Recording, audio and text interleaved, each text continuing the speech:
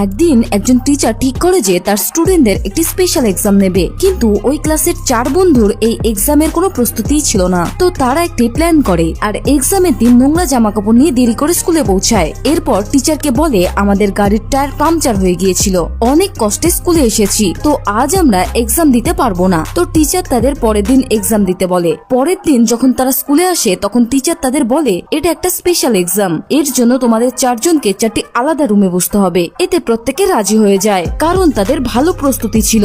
এরপর তাদের question paper দেওয়া হয়। কোশ্চেন পেপার দেখে তাদের 4 জনেরই মাথা ঘুরে যায়। আসলে এক্সামে মাত্র 2টি কোশ্চেনই করা হয়েছিল। প্রথমটি ছিল তোমার নাম কি, যার জন্য 1 নাম্বার ছিল, আর দ্বিতীয় কোশ্চেনটি ছিল আগের দিন তোমাদের গাড়ির কোন টায়ার পাংচার হয়েছিল, আর এজন্য ছিল 99 নাম্বার। আর নিচে লেখা ছিল, এই টেস্টে তোমরা তখনই পাস করবে যখন তোমাদের 4 জনের উত্তর সেম হবে।